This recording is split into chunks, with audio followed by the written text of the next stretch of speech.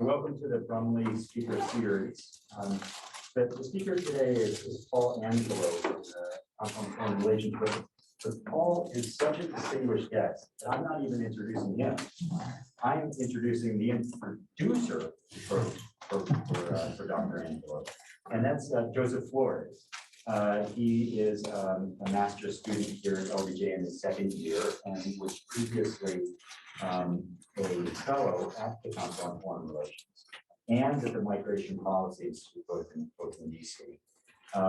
He is working on a project, a very interesting series of podcast projects. That's his Brumley fellow project and master's thesis, is a combination of those two?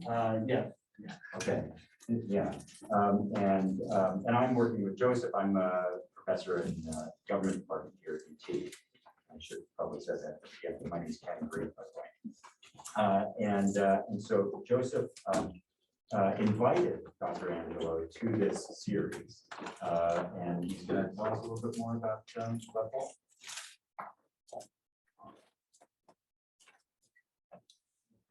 Thank you, everybody, for attending.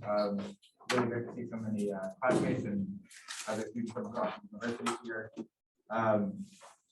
So I'll start off by introducing Dr. Angelo, or Paul as I know him. He's a fellow for Latin American Studies at the Council on Foreign Relations. His work focuses on U.S.-Latin America relations, transnational crime, military and police reform, and immigration.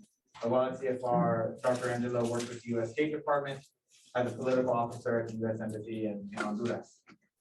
He's a former active duty naval officer with experience in both with military and government relations. He previously served multiple postings in Colombia, where he acted as a U.S. Embassy's principal liaison with the Colombian military and managed missions in support of Foreign Colombia. He holds degrees from the U.S. Naval Academy, University of Oxford, where he studied as a Rhodes Scholar, and a PhD from the University of College of London. I'm very glad that Paul was able to join us here today. We were connected through one of my former managers at CFR, who, when I was looking for insight into Latin American studies, which unfortunately even today remains consistently underfunded, he was able to connect me with Paul, and Paul has been gracious to provide insight on projects that I've done here at the OBJ school, keep me updated of his work, and generally be a consistent and very helpful resource to me, something that I've always appreciated, and I'm glad that he's able to share with us today. He's been cited in numerous publications, and we're fortunate enough to hear from him for the next hour or so. So please give me a hand and welcome me. Excuse me, can you take his mask out? Yeah. Am I allowed to take my mask off? 6 feet. Great. Thanks so much, Joseph, for that introduction, and thanks so much to the Strauss Center for the invitation to join you all here today. And to all the people here at the Strauss Center at UT Austin that were sort of working this behind the scenes, the staff and the students, to make this a really enjoyable experience. Last night I had a really great dinner, got to chat with a bunch of students, and then just had a really nice lunch with a lot of engaging with students. So I apologize if you were a beneficiary of either of those two meals and you hear me say something that I've already said, because there are a lot of people in this room who were privy to that. So nonetheless, I also would like to say this is my first in-person speaking engagement since before the pandemic, which I'm really excited about. But if I start looking for a mute button somewhere to turn myself off, you'll know exactly why. But I guess today the conversation that we're having about security assistance couldn't be happening at a more opportune time. And I'm frankly very interested in hearing what everyone in this room has to say about security assistance. It's not something that really features prominently in academic discourse, and certainly not for the average American citizen or voter. But it's something that impacts all of us, and most importantly, impacts our foreign policy as a nation. So I think at the end of my talk today, you'll realize that security assistance is a field that is desperate for new thought leadership. It's desperate for new ideas. It's desperate for innovation. And I'm hoping that my comments today will help spark some discussion and perhaps some creative thinking about the way that the United States actually engages in security assistance abroad. So I'm especially looking forward to our question and later in the hour. But just so that we're all on the same page, and as any good political scientist would do, I think the first place I'll start is in defining our terms. What is security assistance? What does it mean? I define security assistance as the financial resources and technical expertise contributed to a foreign government for the purpose of enhancing that nation's security in ways that help meet a donor government's objectives. So here we're talking about usually two governments. Sometimes you have a multilateral entity like the European Union that engages in security assistance, but for the purposes of our conversation today, the United States is the donor government. And the case studies that I'll be discussing today are all Latin America case studies, and they are the beneficiaries of security assistance. In the case of the United States, the primary goal of security assistance is to advance global security by empowering allies and partners to confront shared challenges to peace and stability. And in practical terms, what that really means are arms transfers, training and equipping combat forces, law enforcement support, institutional reform, humanitarian assistance, and educational activities. And these strategies are collectively administered as these services are collectively administered as a broader strategy for peace building, counterterrorism, counterinsurgency, stabilization, and countering violent extremism. A lot of times in the US government lexicon, you'll hear the terms security cooperation or building partner capacity, and those for the most part will use interchangeably with security assistance. And between 2006 and 2016, security assistance comprised 27% of all total US foreign aid, meaning that security assistance has become one of the principal tools for US foreign policy.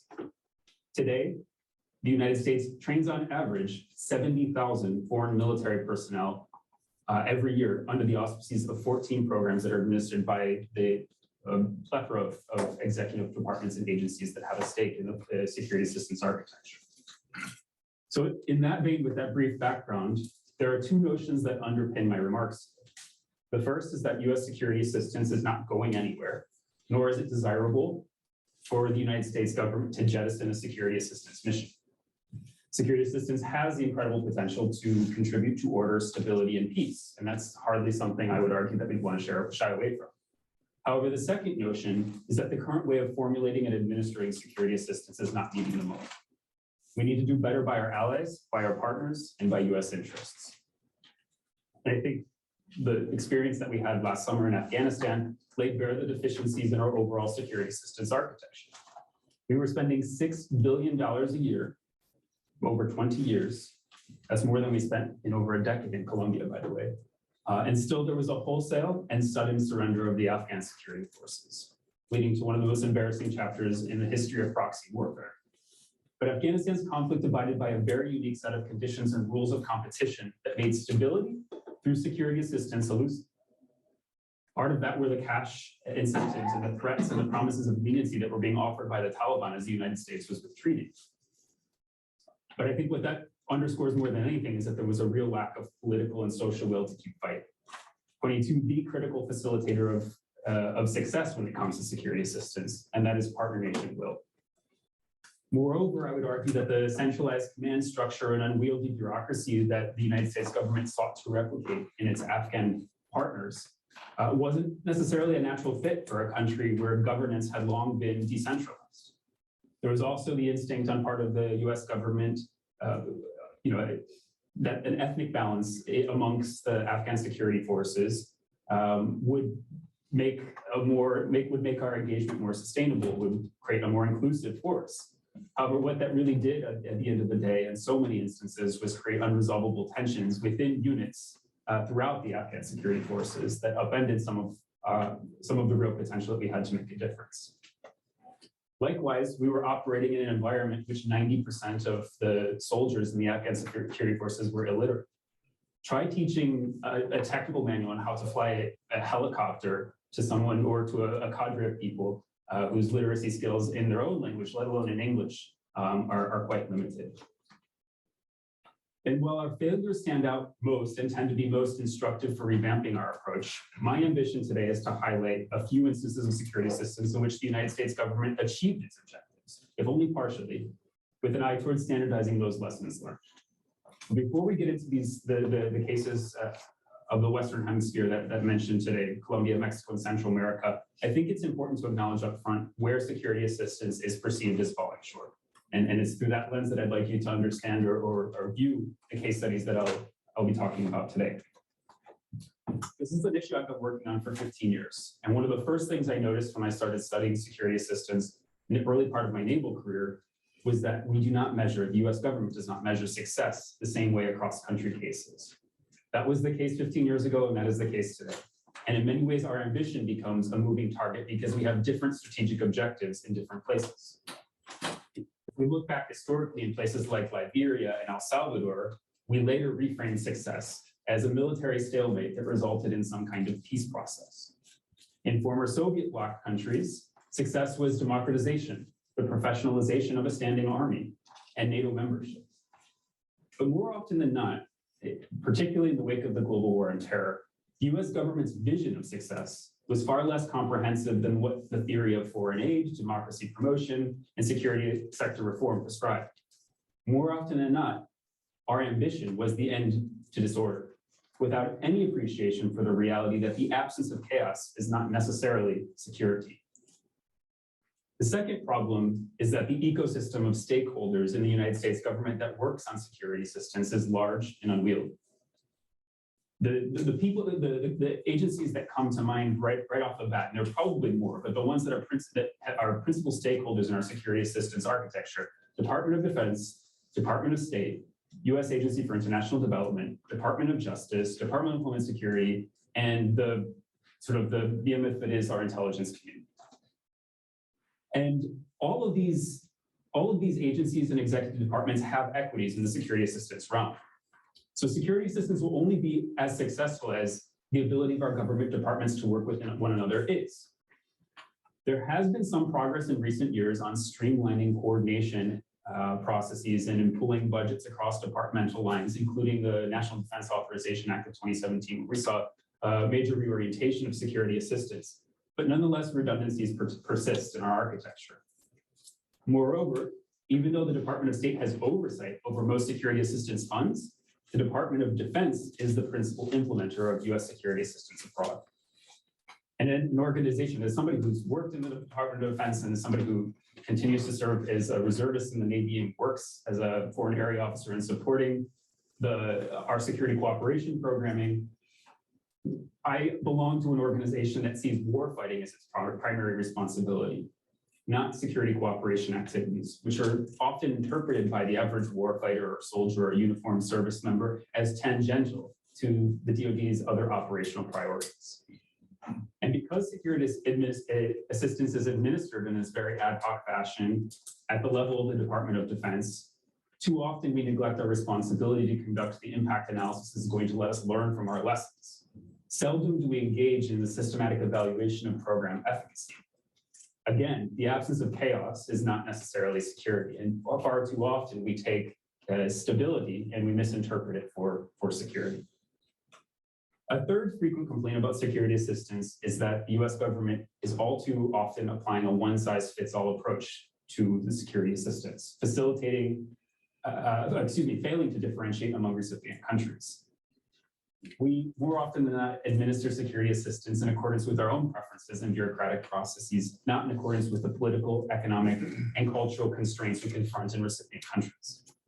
And this is the point that I will get back to later because it was central to my own investigation during my PhD program and the book project that I'm currently working on.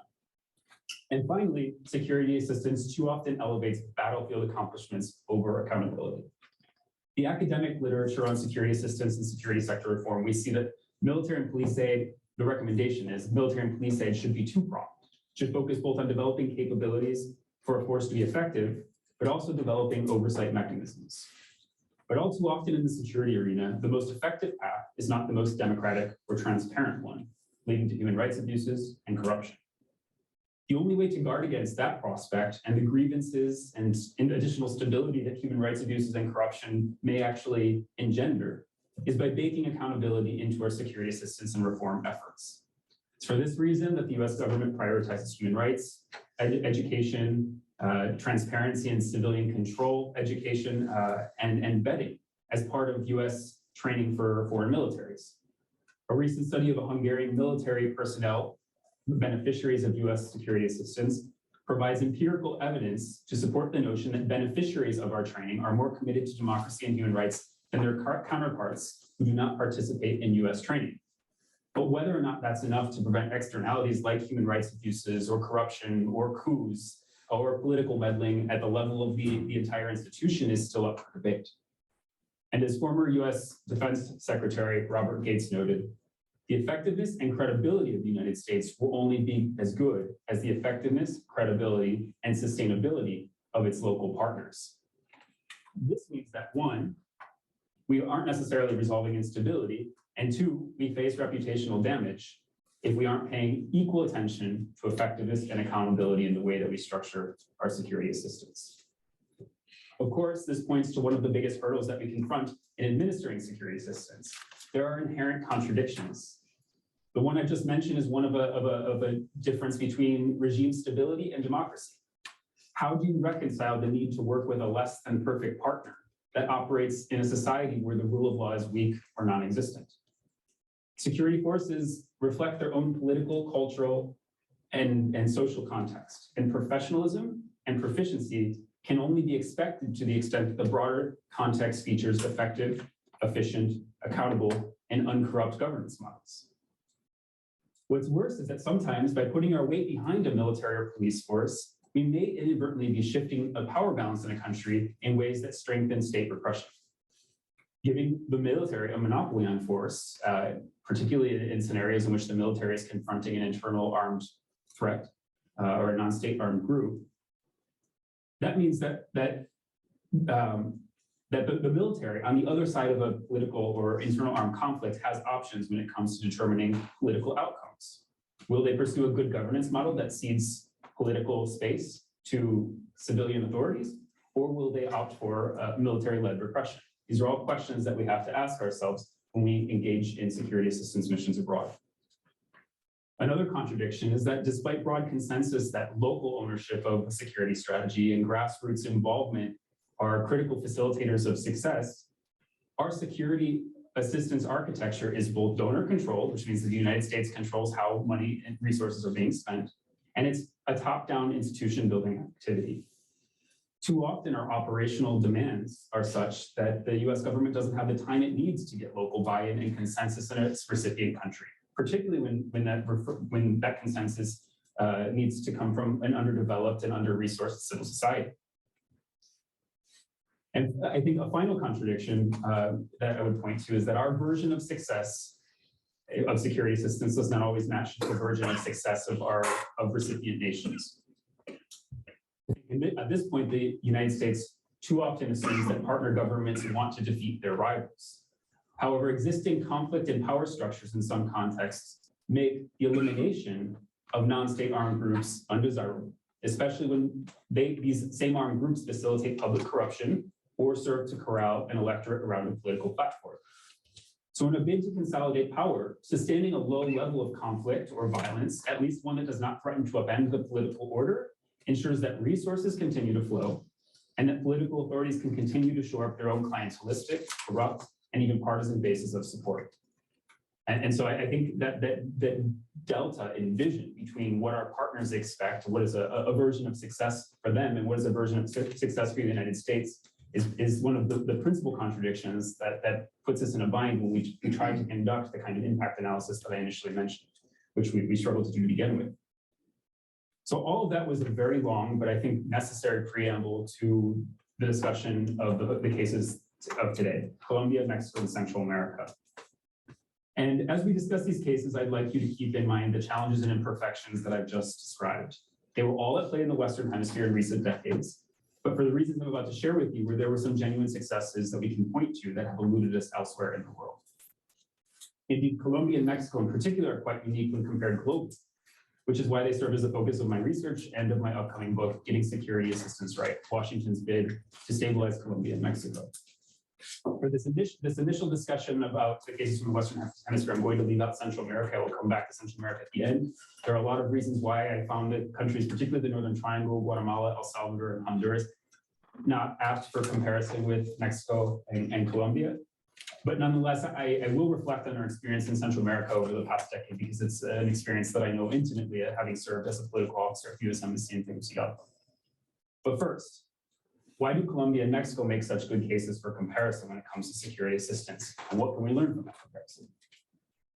A top reason that Mexico and Colombia are good cases for comparison is that Plan Colombia, which was a security assistance program that lasted from 2000 to 2011, more or less, congressional appropriations that specifically designate funds for Plan Colombia ended in 2011, but there were follow-on programs.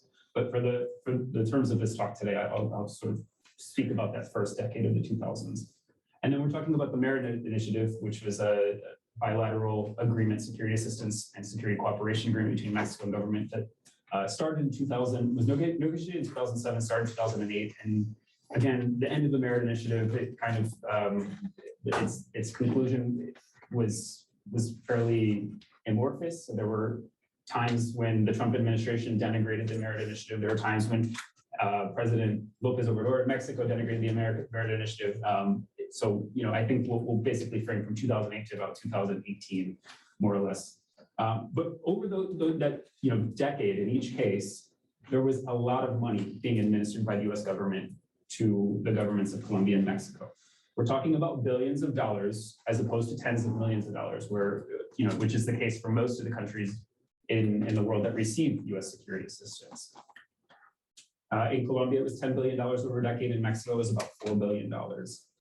This amount of money makes them stand out regionally and globally. And over the global war on terror, which was a period of expanding security assistance globally, both Mexico and Colombia figured among the top 10 recipients of security assistance in the world, and are the only two in the top 10 recipients that are not in the Middle East, North Africa, and are not Ukraine. A second reason why Mexico and Colombia are apt cases for comparison is that security assistance was sustained for more than a decade.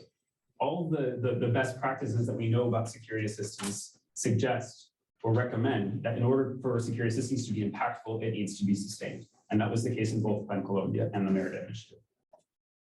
They were also both structured around a commitment to addressing citizen insecurity posed by drug trafficking organizations. So the nature of the threat in both countries was fairly consistent, although there were some variations that did impact outcomes. We can get to that a little bit later.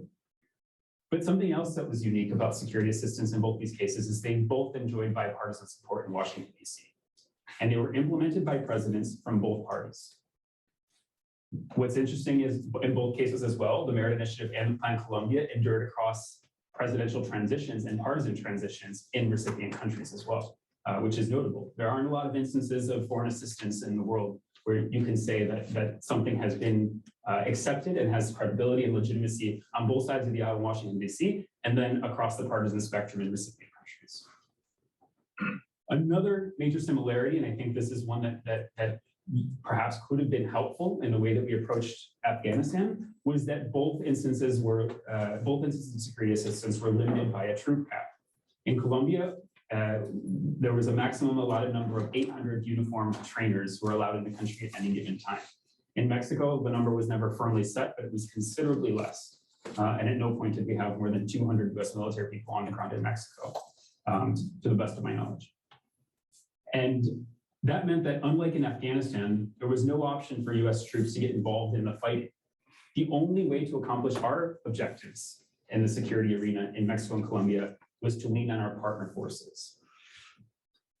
Because of that as well, and this gets to the interagency piece where I talked about that architecture that draws on across the executive agencies and departments, the interagency was applied in both Colombia and Mexico to a degree that it hadn't been ever in any other global context. And in fact, many people in Washington who at the State Department on Capitol Hill cite Plan Colombia as the place where Washington actually learned how to do interagency or whole of government foreign policy. So we got the Department of Defense, Department of State, USAID, all working in the same direction and coordinating their engagements on security assistance, both at the level of Washington, but at the level of our mission, but also at the level of our missions in the country. And it was a proof of concept, Plan Colombia was, that became a template for foreign policy initiatives in Mexico. The Merida Initiative was sort of born out of the same instinct to engage in interagency security assistance administration and in Central America. And because it was a whole of government approach, there was real attention being paid to matters of governance, even if those matters of governance and human rights took a backseat to more pressing objectives like saving the state from revolution in Colombia or from state capture in Mexico. However, the effectiveness and governance outcomes were not uniform between Colombia and Mexico. And after more than a decade, we had a lot more to show for ourselves in Colombia than we did in Mexico. And the central question of my book is, why did we see such disparity despite the fact that we were pursuing a fairly similar and consistent strategy across the two countries, or between the two countries? Colombia, after 10 years of Plan Colombia, boasted a state presence in all 1,099 municipalities in the country. Just 10 years prior, there were more than 200 municipalities that did not have the presence of the state or consistent presence of the state, where elected officials couldn't actually exist in the spaces, geographic spaces to which they had been elected to represent people. You had the soaring public approval of military and police forces, which topped out at around 85 to 90%, but was for the most part stable, well above 60% and peaking up above 70% for most of the decade of Plan Colombia, a 91% decrease in guerrilla or organized crime attacks on towns in the country, the dramatic reduction of homicides, kidnappings, and terrorist attacks perpetrated by illegal armed groups, significantly improved coordination among security forces and with civilian agencies in the Colombian government. In many ways, the Colombians sought to replicate our own whole of government interagency model of doing business, and they did so to great effect. And it's a legacy that persists even to this day. And even on the counter-narcotics front, we saw record lows for coca cultivation around 2010, 2011. This was unsustainable for a number of reasons, which anybody who pays attention to coca numbers in Colombia will recognize. The past several years that we've seen a real resurgence of coca in the country. But at the time of the conclusion of Plan Colombia, there was a real sense that our partnership was moving the dial in the right direction. And although justice for corruption and human rights abuses has been slow, the Colombian government does take seriously Washington's conditions, its pressure, its demands for results. And we are now seeing senior military officers who are being held to account for extrajudicial murders, which in Colombia are known as falsos positivos or false positives. We've also saw, thanks to the work of the bilateral work of Plan Colombia, we saw the institutionalization of a human rights doctrine in Colombian security forces, which is a major accomplishment for a force that in the 1980s and 1990s was seen as one of the principal violators of human rights in the country. In Mexico, however, despite unprecedented cooperation between the United States and Mexico on the security front starting in 2008, Mexico in the late 2010s was more violent than at any point in its recorded history. Between 2007, which was the beginning of the Merida negotiations, and right after President Calderon declared a war on drug cartels in the country, in 2015, we saw 164,000 murders in Mexico, hundreds of thousands of disappearances, including the high-profile case of Ayotzinapa, repeated escapes of El Chapo from prison, extrajudicial killings by the military and police increased significantly between 2006 and 2009, which was the first years of the Calderon-led drug war. There was 1,000% increase in human rights complaints levied against Sedena, the Mexican army. And since 2006, from 2006 to 2020, there were more than 10,000 complaints filed against the Mexican army for human rights denunciations filed against the Mexican army. We also saw state capture at the highest levels, exemplified by the recent investigations and proceedings against former Minister of Security, Garcia Luna, and former Minister of Defense, Cienfuegos. And the impunity rate in the country hasn't improved at all over the past decade and a half. The impunity rate today in Mexico sits at around 94% for homicides and around 99% for all other crimes committed in the country. Over the period of analysis as well, reported victimization by violent crime and extortion has increased. And in terms of the interoperability and the information sharing amongst agencies of the Mexican security forces, we're seeing very, very low cooperation. And there's significant levels of distrust among police and various military forces. So barring any major differences in the US approach, the question then remains, what was it about the local context that made Colombia a far better recipient and eventually better partner on the security front than Mexico? There are a lot of different angles that you could tackle this from, but I identify 3 facilitators in Colombia that were not present in Mexico and made all the difference on security outcomes. The first is private sector support. The second is inter-party consensus on a security strategy in the recipient country. And the third is the centralization of the country's security bureaucracy.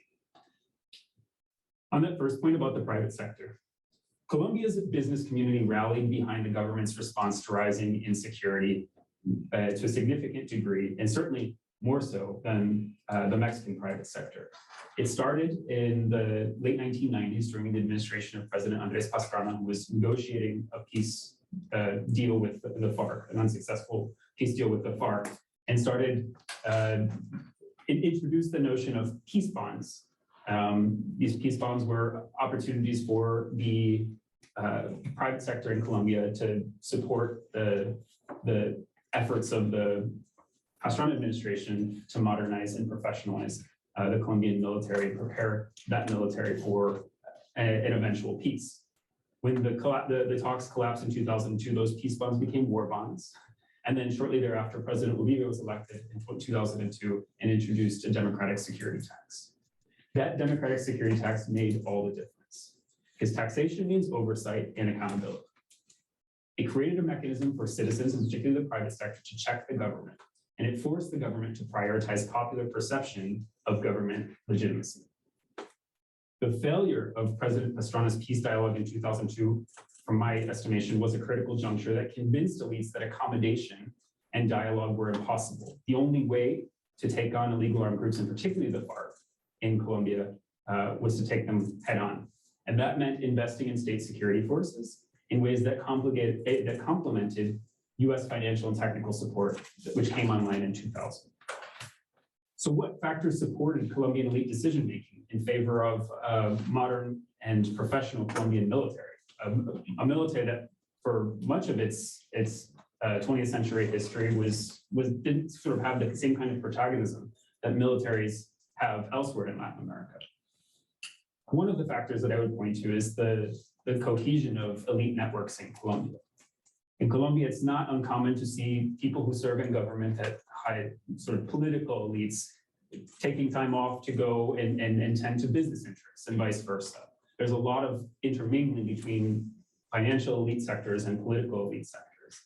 And so there was a greater faith in Colombia than we saw in Mexico for sure, that politicians would be good stewards of tax dollars that were being contributed under the democratic security tax.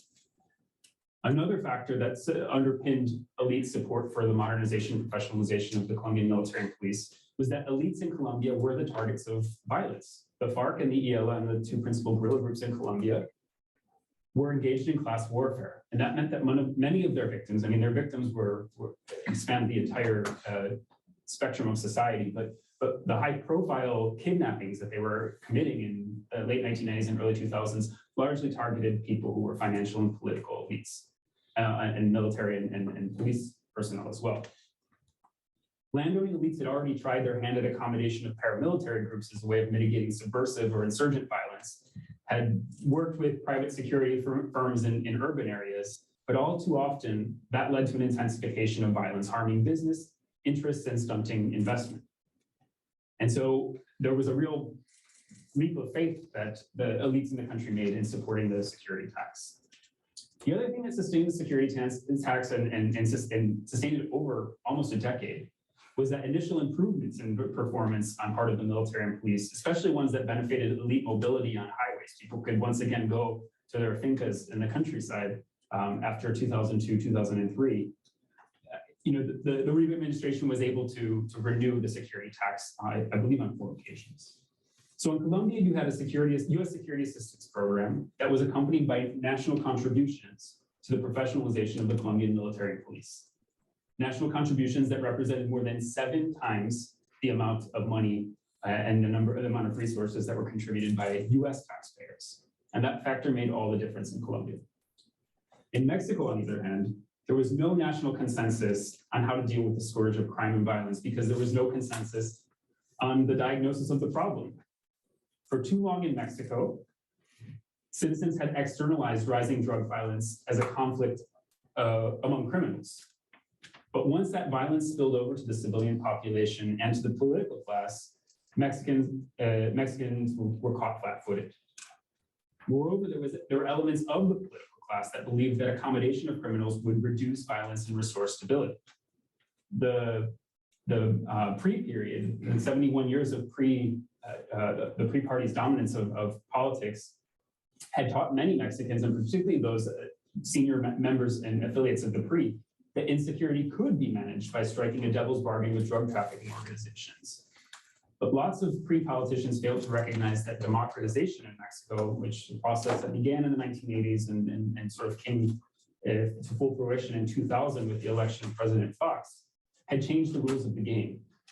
The decentralization of governance during that democratization period and the overall atomization of organized crime, that negotiations between the state and organized crime actors had to take place among a variety of interlocutors at various levels of government.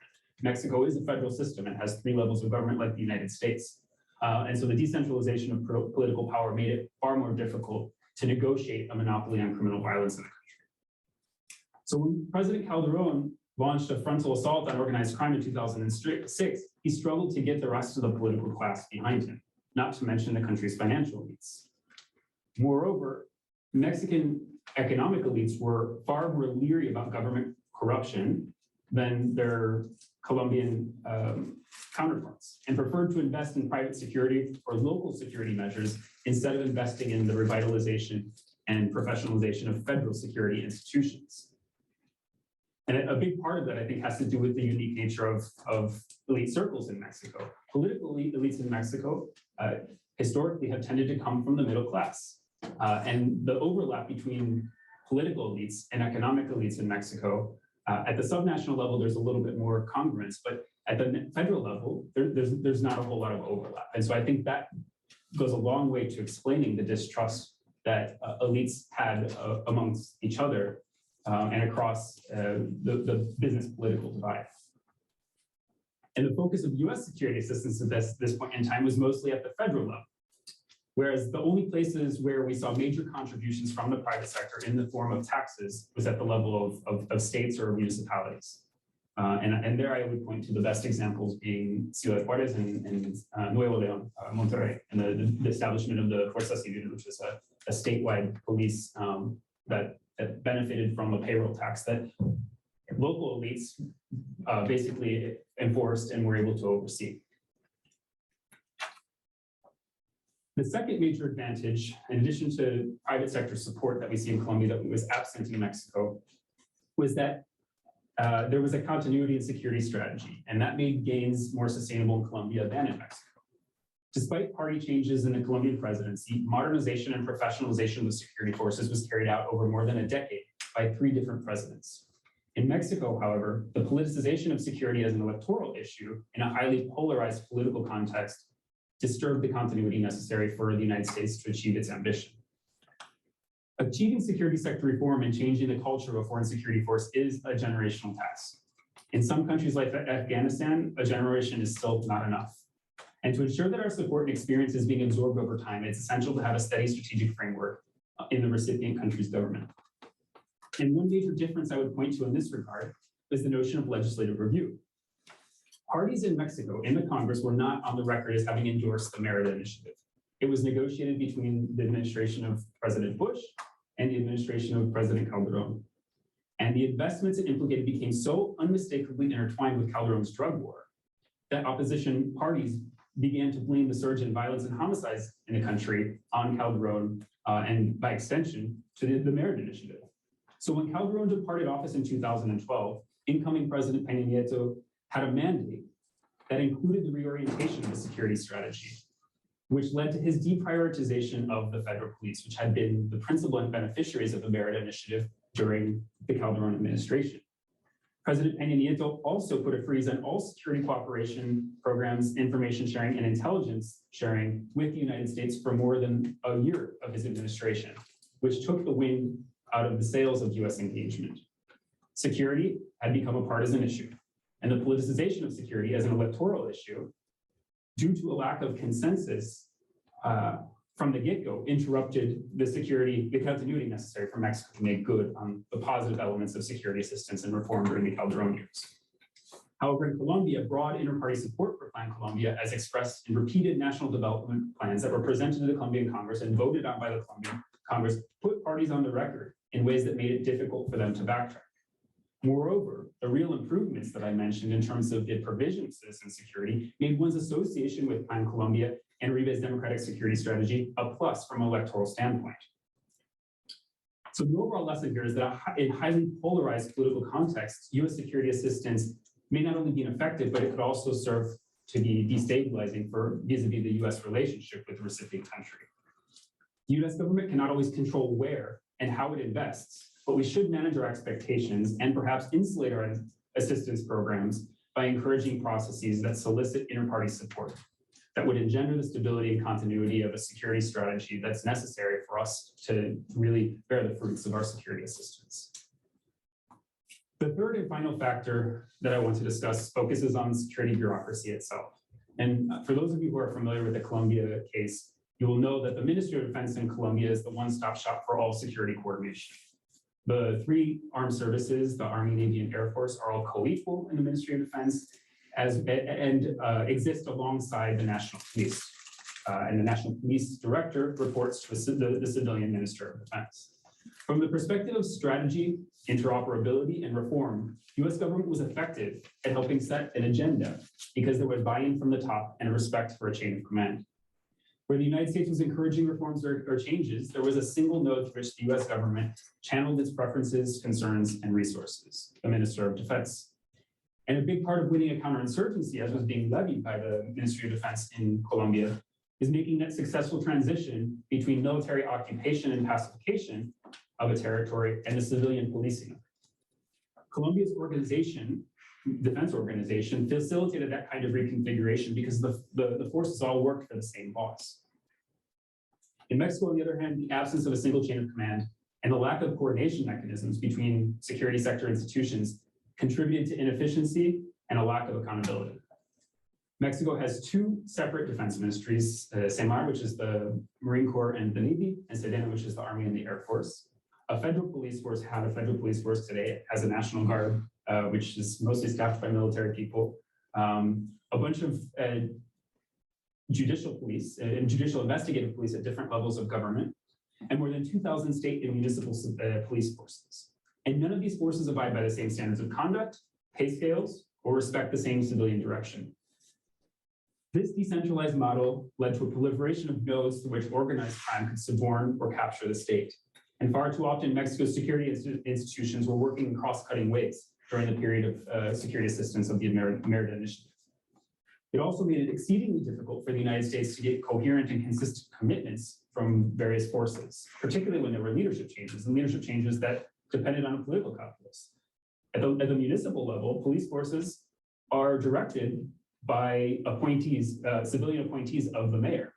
So very often there was not a turnover amongst professionals, but rather a partisan turnover amongst at the subnational level for the direction of subnational police forces. Although centralization of the security bureaucracy is not always desirable, especially where decentralization can boost the legitimacy for security providers because they're seen as more representative of the communities that they're serving, they're closer to the community's problems. Decentralization amid state capture and corruption renders improvements and reforms elusive. And that's something that we have to be very cognizant of when engaging in security assistance abroad.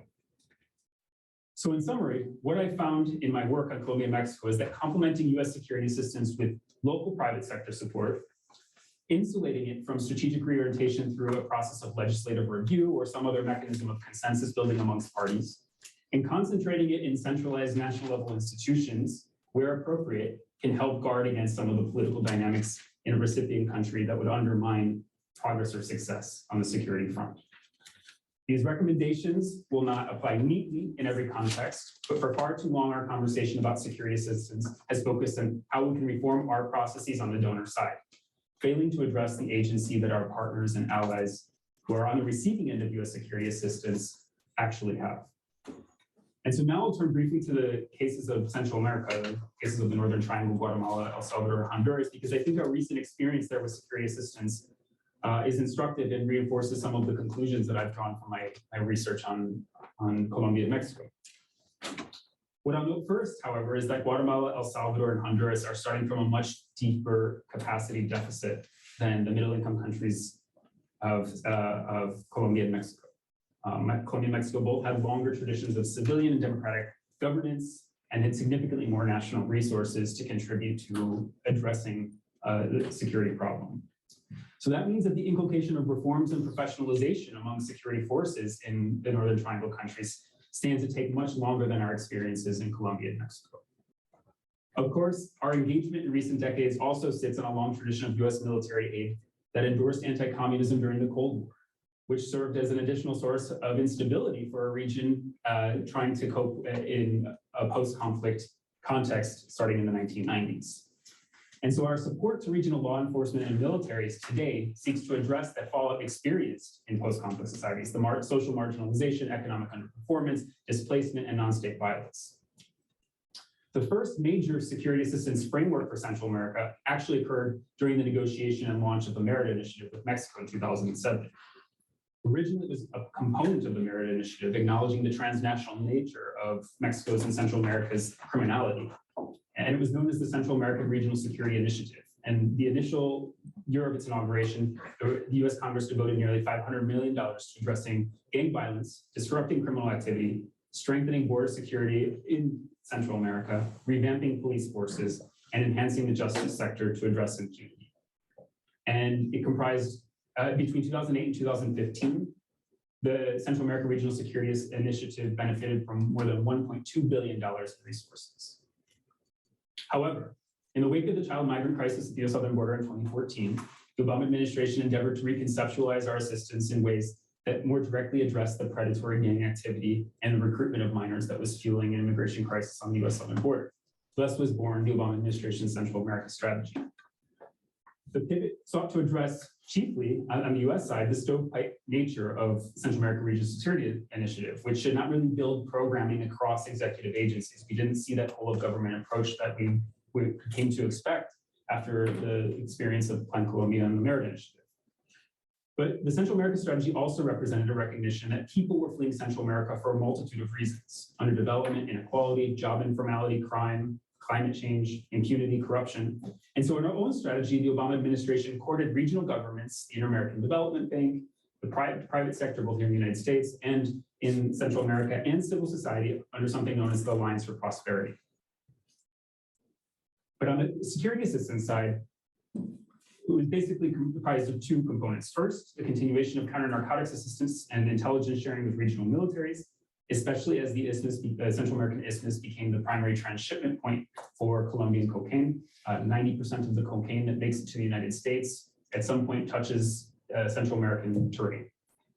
But the second prong of US security assistance strategy during the Obama administration decidedly shifted the focus toward professionalizing civilian police forces. This involved programs that I was intimately involved with working in Honduras in 2015 and 2016 of vetting, doing curriculum reform at police academies, imparting a community policing model in the most vulnerable neighborhoods in Central America, supplying technological improvements to enhance information and intelligence on criminal activities in real time, and a strategy known as the place-based strategy that to me represents sort of a real silver lining when it comes to violence reduction in Central America, and a template for the way that we engage in community-based violence reduction across the world. The place-based strategy is a strategy that targeted the most dangerous or violent neighborhoods in Central America. The places that had the highest homicide rates were the beneficiary communities of the place-based strategy, which was implemented by USAID and International Narcotics and Law Enforcement at the State Department.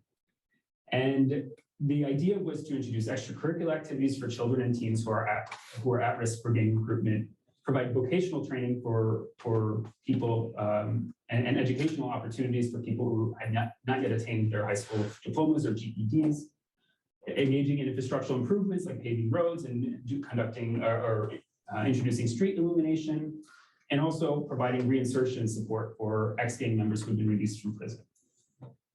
And in just over 2 years of the neighborhoods where I was working in San Pedro Sula, which at the time was the homicide capital of the world, we saw homicide reductions in those neighborhoods by over 60%. Elsewhere, USAID conducted a 3-year impact evaluation and found that communities where programs were implemented reported 19% fewer robberies, 51% fewer extortion attempts, and 51% fewer murders than would have otherwise been expected based on trends in similar communities. So what effect did all of this have? Well, it's hard to determine causality, but homicide rates in the Northern Triangle over the past decade have dropped. Between 2015 and 2018, homicide rates declined by 51% in El Salvador, 27% in Guatemala, and 32% in Honduras. Due to the support that the US government was also giving to justice sectors in the region, we saw high-profile cases of corruption that were investigated under the auspices of the CICIG in Guatemala, which is a UN-backed anti-impunity mission, and the MOXIE, which is an OAS-backed anti-impunity mission in Honduras. And from the US perspective, we were constantly looking at Central America through the lens of migration. We saw migration temporarily dip after the introduction of a lot of these programs. But nonetheless, those migration flows recovered to high levels by 2019. That being said, reported victimization at the national level in the 3 countries of victimization by crime at the national level in Honduras, El Salvador, and Guatemala, for the most part, steadied. So the big question is, why were we struggling to make a dent? The first problem goes to, or the first reason I would offer, it goes to the sort of second plank that I mentioned. Our efforts in Central America were not sustainable. We didn't really give our programming enough time to bear the fruits. When President Trump was elected, he came in and said that any focus on root causes was a waste of time because irregular migration continued unabated. And as a consequence, in 2019, he suspended most foreign assistance to the Northern Triangle countries, sending more than $800 million that was already allocated for the countries of the Northern Triangle to other foreign assistance beneficiaries. That aid suspension forced international partisan law enforcement and USAID to shut down projects, revoke funding lines to implementing partners, particularly in civil society across the region. It also failed to capture the momentum that we were building on programs or initiatives like the place-based strategy. Once you've improved outcomes, security outcomes in a particular region, the notion is that you will go and it's sort of meant to be that's supposed to be a nucleus, and you will see concentric circles of support for other neighborhoods where gang activity may have been displaced to. That just couldn't happen when all the fronts for the place-based strategy were frozen. So again, these investments need to be sustainable in order to bear the desired outcomes. Another challenge that we confront in Central America is that Congress has placed 16 conditions that must be met and verified before the release of any funds to Central America. So thanks to the US congressional budget process, certification, and congressional hold timelines, it took nearly 3 years before the US government started implementing programs in the region during the Obama administration's approval of $750 million of support for the countries of the Northern Triangle in 2015. This demonstrates to me that our aid process isn't as reactive as it needs to be. Third, in terms of national accountability, as we saw in Colombia or at the subnational level in Mexico with the introduction of security taxes, we saw a similar effort in Honduras. Honduras did implement a security tax at one point, but it wasn't levied consistently. Not everyone paid it. And there was never a mechanism for taxpayers to implement oversight over the way that government was actually administering the funds. In fact, President Juan Orlando Hernandez, who was just arrested yesterday for public corruption and drug trafficking charges and has been sought in extradition here in the United States, mostly used the security tax funds for his own clientelistic purposes and distributed them in ways that benefited his party's reelection. And regarding the centralization of security bureaucracy, I would note that in Central America, our responses needed to be localized rather than centralized, because the phenomenon of violence as it manifests itself in Central America is a more localized one. It's not a guerrilla group that's seeking to overthrow the national government as it was in Colombia. These are local gangs that are engaged in predatory violence at the local level. The most auspicious gains that we made during our security assistance over the past decade in Central America were those that focused on neighborhood level security interventions. So these conclusions for me reinforce the adage that the one-size-fits-all model of security assistance doesn't serve our interests, and that the secret to getting security assistance right is ensuring that security assistance is tailored to a recipient country's political, social, and cultural dynamic. And with that, I would like to open this up for questions. I think I'm around time.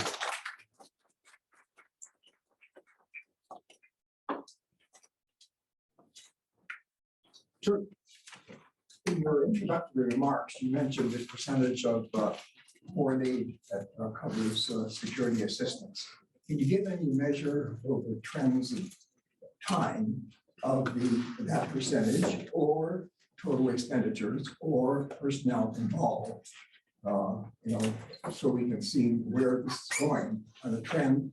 And then when you mentioned the agencies involved, you did not say CIA. Is the CIA involved or not? CIA is definitely involved.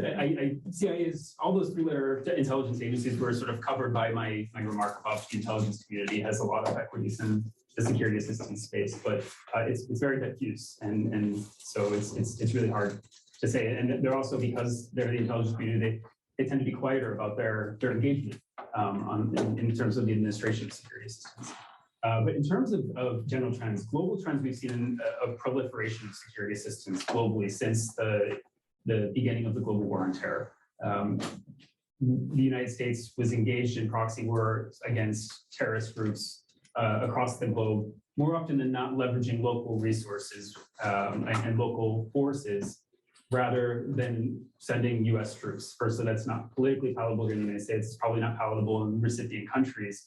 But moreover, we were already mired in wars in Afghanistan and Iraq, and to a lesser extent or a broader extent, I don't know how everyone look at it, Syria. And then on top of it, we had the Lebanon issue. So, I mean, our forces were otherwise very committed. But that being said, US forces deployed or working in diplomatic capacity or in a training capacity elsewhere in the world were mostly involved in security assistance efforts.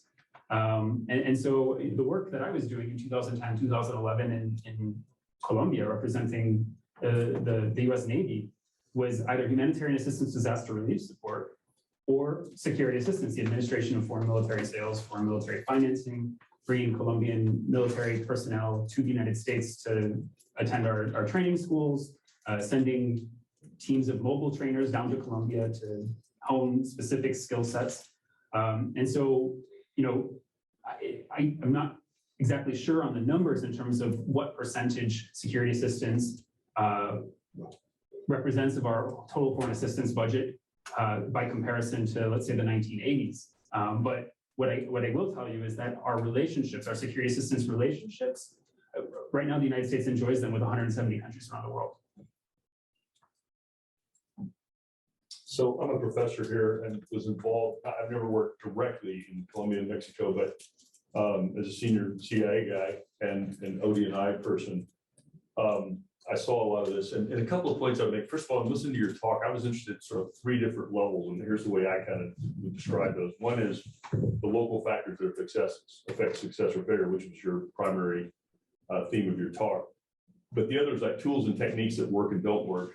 And then the third thing was our organization in Washington for that, not so much in country, but in Washington. And those are all different things. And I'll just say I want to ask about the organization in a second, but the thing I would say about it's not like after the fact people figured out that Colombia and Mexico were different. I can distinctly remember at the time we were talking about applying Plan Colombia to Mexico, and friends of mine that worked in Plan Colombia go, yeah, Mexico and Colombia, you know. So it's not like people didn't know that there was a difference. And I think one of the wisdoms that I would like to see come out of your book is when we have a serious no kidding security problem like our deep concern for security in Mexico, and you know that what you've done before in other places is not applicable because it's not the same model, but there's this incentive to get in there. You know, how do you restrain yourself to decide what's smart, what isn't smart, and that kind of thing? You know, it's a very challenging problem, and a lot of people that went into that were keenly aware of it as they waded in.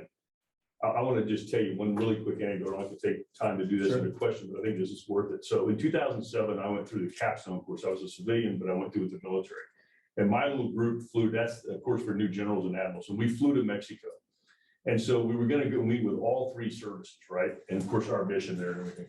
So we go into the Mexican Army, They shuffle us in, nobody smiles. There's a little bit of coffee with paper cups over here.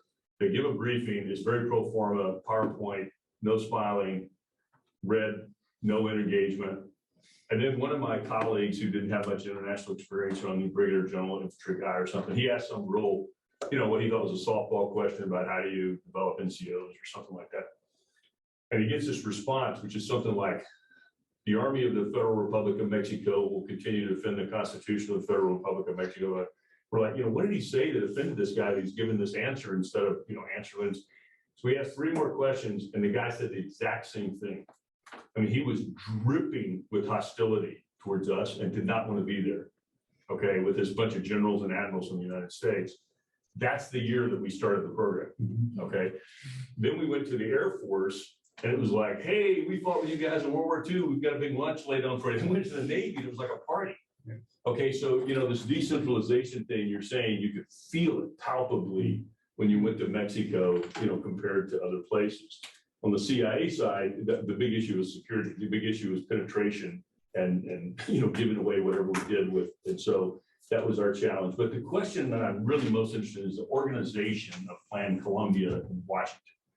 So we can't manage everything from the National Security Council. We can make policy there, but we can't manage it. And this is one where they delegated it. And it actually was, it was briefed up to the NSC, but the NSC wasn't managed. And how was that organized? Like when they had a meeting to coordinate in Washington, where was it? At State Department? At the State Department. Okay, so State had the lead on that, even though the bulk of the stuff was DOD, right? I mean, State has control over the vast majority of our security assistance funding, but it delegates the implementation of security assistance programs to the Department of Defense. Right. And that's, I think, a big distinction between Plan Colombia and the Merida Initiative. There was significant degree of delegation in Plan Colombia. Some 70% of our security assistance over Plan Colombia was administered by the DoD, or implemented by the DoD, whereas in Mexico, it was almost an inverse relationship. There was a real instinct to support a nascent federal police force rather than engaging with the military, although repeatedly the military has been brought in by successive presidents in Mexico to deal with what they see as an existential crisis. But U.S. support, in particularly when the Obama administration launched something known as Beyond Merida in 2011, sought to reorient our support away from security assistance to the Savannah and Samar, the military. But you're going back into the country, and what I'm really interested in, your thoughts, and I don't know if your book covers this, because we don't have the bandwidth. We can't create interagency teams in Washington below the level of the NSC quite often. So you have a country team where everything's integrated, or maybe there may be tensions, but there is a common forum. Plan Colombia, we did that. We sustained it for a long time of interagency coordination below the NSC level in Washington. And I just think that's a really important model and an important, the reason Colombia was a better partner than Mexico, I totally agree with you on that. But the organizational model was also unique. And it was something that we tried to replicate with Merida Initiative. I think it could be replicated on other things too. I mean, if it's an impossible task, then it won't work. But in terms of an organizational model, what do you think about it? Well, I actually think that the Biden administration is trying to go back to that template in the way that it engages in its Central America strategy right now. There is, at the level of USAID, for instance, which is the bureaucratic agency that stands to receive the biggest portion of assistance funds, foreign assistance funds, because our support is largely being devoted to civil society. There's a task force lead who is there trying to organize amongst all the various bureaus within USAID. Is that a dual hat? Is that person like? No, it's somebody who was brought in specifically for this purpose to advise the administrator on interagency coordination and intra-agency coordination for dealing with the Northern Triangle countries. Thank you. That's really interesting to me. And so, yeah, because in the absence of any real official partners that we can claim in Central America at this moment in history, the preference has been to administer our resources to civil society. And the biggest beneficiaries of U.S. assistance to Central America today are going to be civil society groups, which is why USAID is sort of the lion's share of resources. Thank you. Following a bit on the previous comments and questions, conceivably, the most important point in your analysis in your book is no one size fits all. You're in a university. We have a Latin American center. We have a Middle East center. We have an Asian center. We have a post-Soviet center. And those resources, those intellectual resources can analyze a country situation, taking into account all of the pluses and minuses in your experience in these other cases, in order to set out a strategy of how a security policy and implementation could work in that particular country. The way I understand happened in, let's say, Afghanistan, which is terrible. I mean, you point out it's a regional, local country, but we tried to do a top-down. We apparently didn't even control for corruption. So the question I have is this: to what extent, before the United States begins implementing a security policy in a country, does it do a country study which says, how will this security strategy impact that country? I think that's something that we learned with our sort of initial incursions into Afghanistan and Iraq. All of a sudden, you saw military officers having to become geopolitical experts or cultural experts because they were implementing policies that did not necessarily square with the lived experience on the ground in Iraq or Afghanistan. And so I think that we now, because of the lessons learned from Afghanistan and Iraq, there's a general awareness of it. But I think this also points to the reality that the United States government isn't always going to have the luxury of choosing where it intervenes. And a lot of times existential threats or perceived existential threats to the United States are going to dictate where we intervene. That being said, there are like I said, there are 170 beneficiaries of U.S. security assistance globally. And so the nature of those programs, as long as there isn't sort of a U.S. operational footprint in a country, can and should be tailored to the preferences or the social and economic and cultural context of the place where we're operating. And we do have the talent to do it. I mean, we have defense attachés and security cooperation officers at most embassies in the world, and from across the various services. And so we do have and moreover, I would say I myself am a beneficiary of this program. The US military has really sought to professionalize its core of foreign area officers, which are regional, strategic, and socio-political cultural specialists who are uniformed and whose sole job is to represent the United States in this way.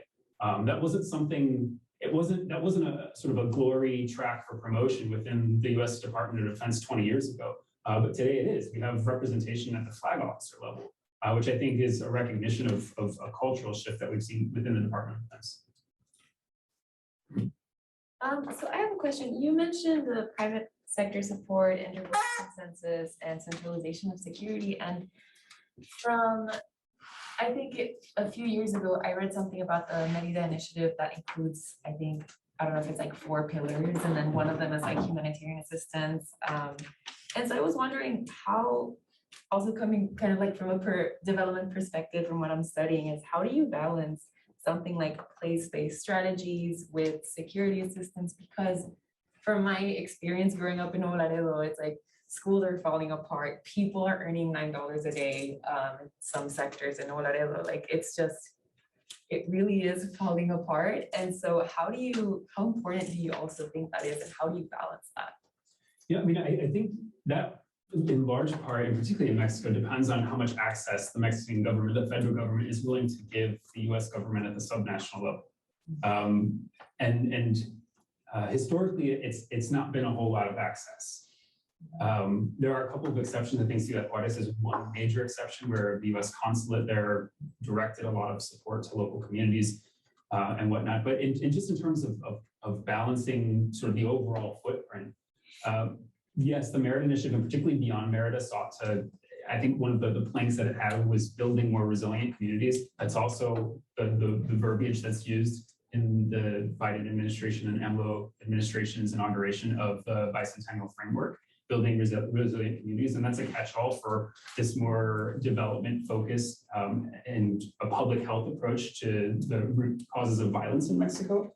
But what it means in terms of programmatics, I mean, it's very difficult to identify. Again, USAID is going to be the principal implementer there. It's going to pair with development agencies in Mexico or elsewhere in Washington, or civil society organizations in Mexico. But at the end of the day, these are long-term investments that have to be sustained over time if we're ever going to move the needle in the right direction.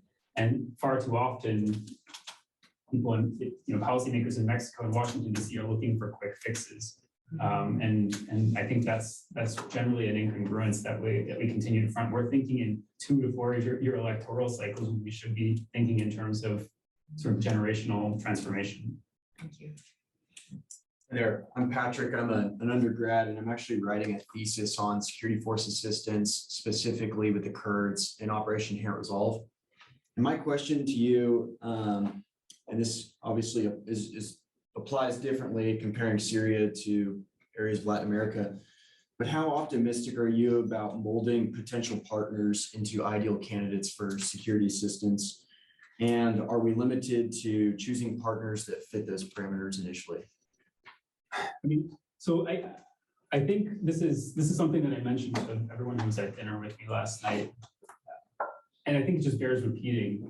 As somebody who's worked in government, both in uniform and as a diplomat, I have a lot of empathy for the kinds of decisions that people in our diplomacy corps and also in Washington, the policy making field have to make. And more often than not, these are people who are choosing not between a good option and a bad option, between the lesser of two evils or two less than ideal options.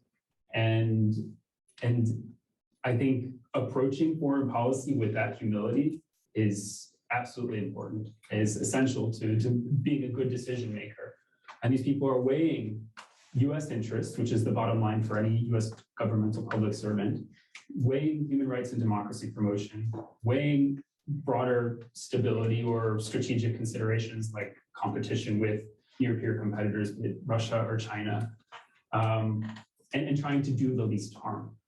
And we don't always get it right, but more often than not, almost, at least in my lifetime, in my experiences, I've never seen somebody who has the wrong intent when it comes to making these kinds of really tough decisions in government. And so it's really hard to answer that kind of question because there are really no absolutes, and it's just. And I look to the situation that we confronted in Central America. In Central America, the United States is a necessary but insufficient actor. The United States is there, at least our conversations with governments in Central America are focused on democracy promotion, transparency, and human rights. In the absence of US government interaction, what do you get? You have a situation like you have Cuba, where we haven't had relations with Cuba for 60 years. We've enforced an embargo against Cuba for 60 years. Democracy and human rights is even part of that conversation. And so I look at US foreign assistance, US security cooperation by extension through that lens. We can advance the cause for human rights better when we have a seat at the table. And I think our policy in Venezuela over the last decade has reflected the real limits of sanctions, for instance, as a way of engaging foreign policy. We've basically edged ourselves out of the conversation in Venezuela, and now we're desperately trying to create another foothold or a new foothold in Venezuela so we can push the needle of democracy in the right direction. But it's exceedingly difficult. And so it's kind of a Weasley answer, but it's probably the best I can do. Appreciate it. Hi, thank you. My name is Benjamin. I really enjoyed your talk. I used to live in Santa Barbara department as a teacher. And so In Honduras and in Cofradia. So I know the northern part of the country quite well and can understand why civil society actors would be better than perhaps local police and local authorities that are not really trusted at all. So my main question for you would be, why were we having success with these programs and then cut them off? My question would be, from Washington's perspective, or from Washington in Congress, is it easier to secure funds for a security-focused assistance, for military assistance, like in Colombia and Mexico, rather than this civil society assistance, which is probably more one-on-one contract? Is there kind of a distrust of civil society focus from Washington? I don't think there is, but I think it goes back to the point that like we're looking for immediate returns on our investment, and investing in civil society is again investing in a generational transformation, and that's a really difficult sell. Whereas military hardware, I mean, members of Congress aren't going to turn away from opportunities as well that benefit their constituents, to include defense industries, and that's a big part of our security assistance globally, is getting other countries inured to using U.S. hardware, U.S. produced military and police hardware. In fact, I think it's one of, if looking at it from a geostrategic competition perspective, it's probably one of the great successes of the Merida Initiative. Mexican military prior to the Merida Initiative was mostly using French or Russian-made military hardware. Now today, almost exclusively is using U.S. grade, U.S. made, U.S. imported, sold military hardware. That's a way for the United States government to continue to maintain a foothold in Mexico and can continue to shape the trajectory of the security sector, even across transformations or political transformations or changes in administration. Even if the bilateral political relationship isn't productive, we're still always going to maintain a defense relationship because they consume and use and need training on U.S. produced military technologies. There's another part of your question. There was. It's just about the freeze on aid in Central America. And really that was just responding to the Trump administration's broader transactional footing when it came to engagement with Latin America and the Caribbean. It was, I think the freezing of aid was punitive, mean-spirited, and unhelpful. And the Biden administration, even at the end of the Trump administration, they reinitiated some of that aid. But it was really a way for the Trump administration to strong arm the countries of Central America into accepting safe third country agreement in the case of Guatemala, or asylum cooperation agreements in El Salvador and Honduras, to basically prevent migrants from transiting through those countries northward to Mexico. But we're in a place now where we're rebuilding the foreign assistance architecture with civil society that was lost. I will say though, and having recent months been to Guatemala, El Salvador, and Honduras, in all countries, people who are beneficiaries of our program, particularly by USAID, are very distrustful now of the US government. They're afraid that Trump may be reelected and their lines of funding may once again be taken from them. Or we leave people who are cooperating with us abandoned, quite literally, to organized crime or gang activity. If we don't have a presence on the ground because we don't have the funding to do so, those people lose their affiliation with the US government that in some cases protects them. That's actually all the time we have. Everyone, please join me in thanking Dr. Angelo for joining us today.